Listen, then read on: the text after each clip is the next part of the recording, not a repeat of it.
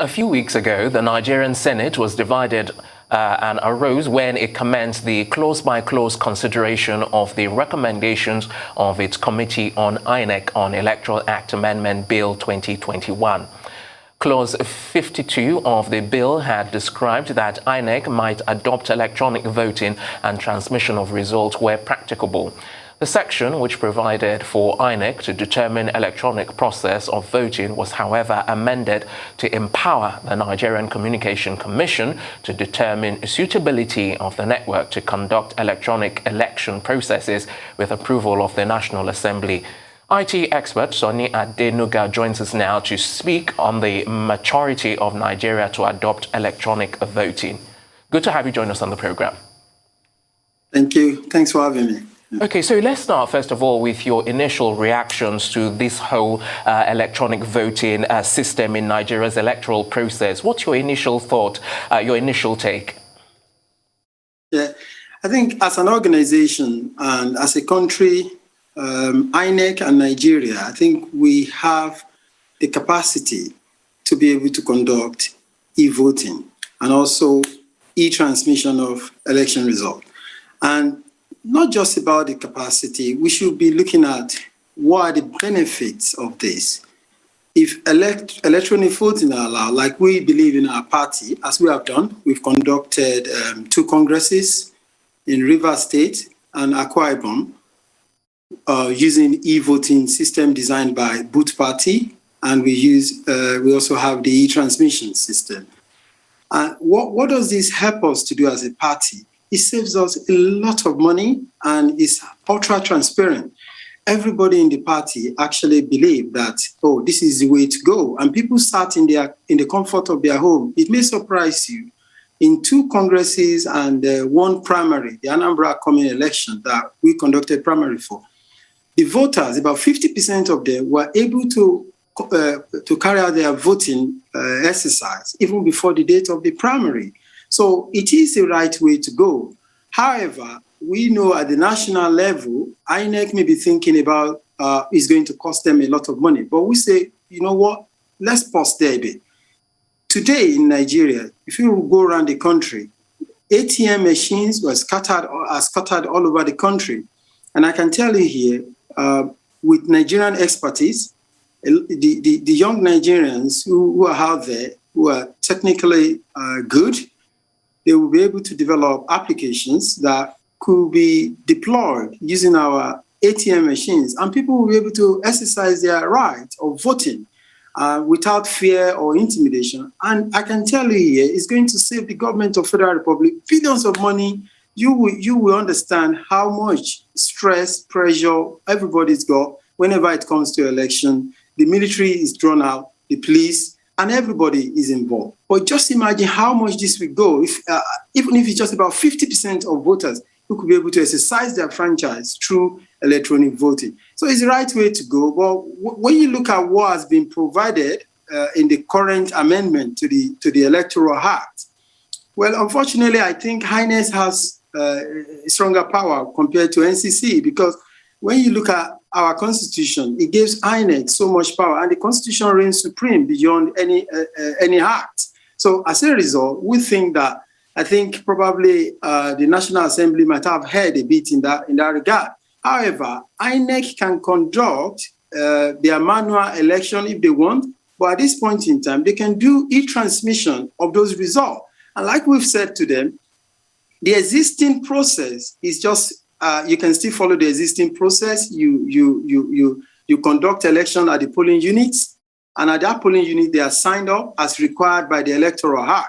But what is INEC trying to achieve with the e-transmission? It's about transparency. And I don't personally think that any law is needed to be amended for INEC to do that. The power as it is gave INEC to be able to create guidelines, which they've done very well. In the last polling unit exercise, increasing the polling unit exercise they carried out, they called all the party leaders to a meeting, and we look at how they've done, and we agree that this is a good thing, and they develop a guideline for that process. How is it different from e-transmission? All INEC wants to do is transparency, and all they need to do is use their device, take the picture of the final result that have been signed at the polling unit and upload it to a portal. And at that portal, anyone who have interest, political parties, any interest, NGO or individual who probably might have assigned the access to this portal can review it. And it could also be used in the court of law. So this is our own position as a political party at this point in time. All right, SONNY, very good.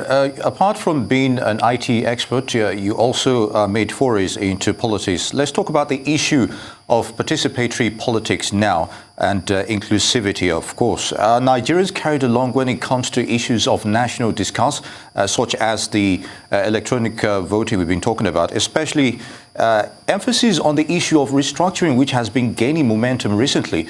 What are your thoughts on that?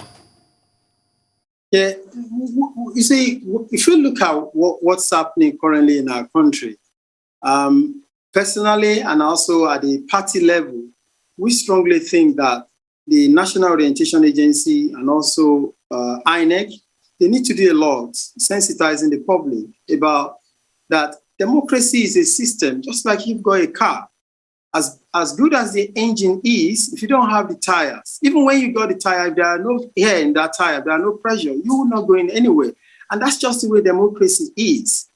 If the citizens do not participate in politics, the system we run is first past the post. So if you say, because you don't like the government of the day and you're not going to go and vote, I'm sorry, if I carry my family members to the polling units and we won by maybe just 3 votes, they're going to declare me winner. So you've not done well for yourself, because those people will still make laws, will still make life difficult for you because you've refused to participate. So the message needs to go out there to everyone that, look, you have to participate in the election. Democracy is a system. We can't just vote leaders. I mean, we made the big mistake of voting a second-hand failure as a president.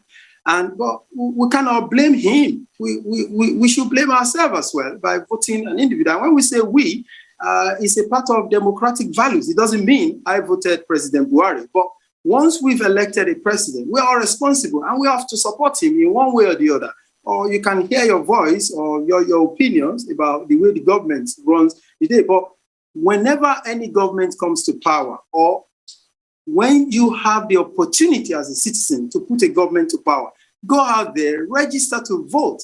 And at the same time, make sure you go on the day of the election to vote. Don't sit at home. If you sit at home playing lawn tennis or playing football on the day, unfortunately, you're just deceiving yourself, and it's going to come back to haunt all of us. Now, one too many times you said, that electronic voting is the right way to go. But there are people that, think that this may bring about election fraud, thuggery, and violence. In fact, some people may say that it creates a tendency for malpractices within the electoral and democratic space. What do you think? Yes, I think if I'm wearing my IT hat and IT security hat, I can tell you, obviously, yes, there are risks out there. But that said, it's just almost everything. Even in the manual process of voting, people still snatch boxes. People still try to commit electoral fraud. I've heard stories like, oh, if you do electronic voting, you just take only one person, maybe the developer, to design a wrong code, and things go wrong, and election could be rigged, or some state actors could be deployed, like if you go to Russia or North Korea, where you have state actors who participate in hacking all over the world. Yeah, that's it. But can we focus on that? There are controls that could be applied. Like, for example, in the booth party, up to the point, once you cast your vote, it's encrypted, it's locked. And at the time election result is going to be authorized by the election officer, the system does a lot of checking, including checking for had there been any tampering of the votes that you cast. And if that happens, it voids the votes automatically. So what I'm saying, without sounding too technical, is that, yeah, there are those risks there.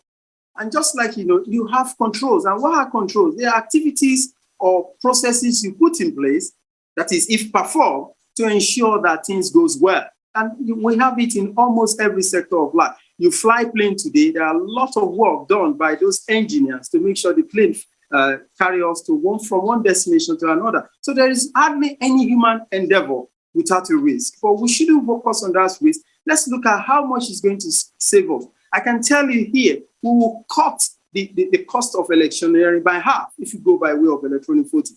Of course, there are a lot of risks out there, but also there are a lot of controls out there that could be deployed to mitigate this risk. Indeed, interesting perspective on electronic voting and, of course, other aspects of the state of the nation. SONNY ADENUGA, National Chairman, Boot Party, many thanks for joining us on the show. It's good to have you. You're watching Newsday. We'll be right back. Stay with us.